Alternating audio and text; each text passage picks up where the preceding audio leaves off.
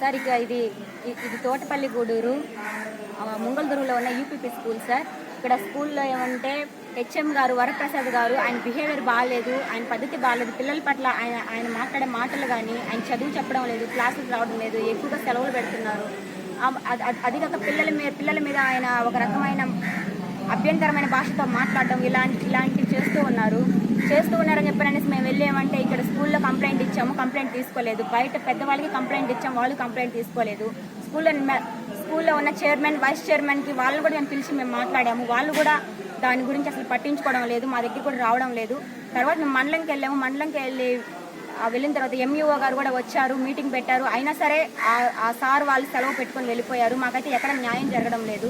మేము మామూలుగా మీడియాతో కూడా మాట్లాడాము, మేము మండలంకి వెళ్ళి ధర్నా కూడా చేసాము. ధర్నా చేసిన తర్వాత మీడియా వాళ్ళు కూడా వచ్చారు, మీడియా వాళ్ళు వచ్చి వీడియో కూడా తీసుకుని అప్లోడ్ కూడా చేశారు. అప్లోడ్ చేసిన తర్వాత ఇక్కడ నుంచి ఆ సార్కు సంబంధించిన వాళ్ళు అంటే వరప్రసాద్ గారికి సంబంధించిన కొంతమంది వాళ్ళు ఏం చేశారంటే మీడియా ప్రెజర్ పెట్టి ఆ వీడియో కూడా డిలీట్ చేయించారు. ఇప్పుడు ఈరోజు మళ్ళీ మీటింగ్ పెట్టారు. మీటింగ్ పెట్టినా ఆ సారు మళ్ళీ సెలవు పెట్టున్నారు, మళ్ళీ మీటింగ్ పొడిగించబడిందని చెప్పి అంటున్నారు. ఇలాగ చేస్తూ కూడా ఇక్కడ కొంతమంది కమిటీ నెంబర్ అంటే పిల్లల వాళ్ళ అమ్మ నాన్న కూడా ఉన్నారు, వాళ్ళకి చెప్పి వాళ్ళని ఏంటంటే ఇక్కడ మీటింగ్ కూడా రానికుండా చేస్తూ ఉన్నారు. ఇదిగోండి సార్, ఇదే స్కూలు. మీకు అందరికి నేను ఏం చెప్తున్నానంటే ఇది అధికారుల వరకు ఈ వీడియో వెళ్ళాలని, మాకు మా పిల్లలకు న్యాయం జరగాలని మేము కోరుకుంటూ ఉన్నాం. అందరూ పెద్ద పిల్లలు ఉన్నారు, చిన్న పిల్లలు ఉన్నారు, ఆడపిల్లలు ఉన్నారు. ముఖ్యంగా మేము ఎందుకు బాధపడుతున్నామంటే ఆడపిల్లలకి ఏమన్నా అవుతుందేమో అని చెప్పి బాధపడుతున్నాం. ఇప్పుడు కలకత్తాలో పవిత్ర గారికి ఎలా జరిగిందో అక్కడ హాస్పిటల్లో ఆమె డ్యూటీ చేస్తున్నారు, పక్కన చాలా మంది కూడా ఉండి ఉంటారు. అయినా సరే ఎవరో ఒకరి అండతోనే ఆమెను అలా చంపేయడం జరిగింది.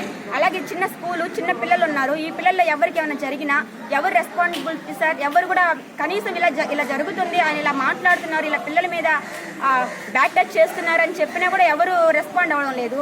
ఇలాగ ఉన్నప్పుడు మేము మా పిల్లలు ఏ ధైర్యంతో ఈ స్కూల్కి పంపించాలి, స్కూల్ దగ్గర ఎలా ఉంచాలి? మీరు దయచేసి మా విన్నపాన్ని విని మాకు సహాయం చేయండి. ఈ వీడియోని అధికారుల దృష్టికి తీసుకువెళ్తారని మీ అందరినీ కోరుకుంటూ ఉన్నాను.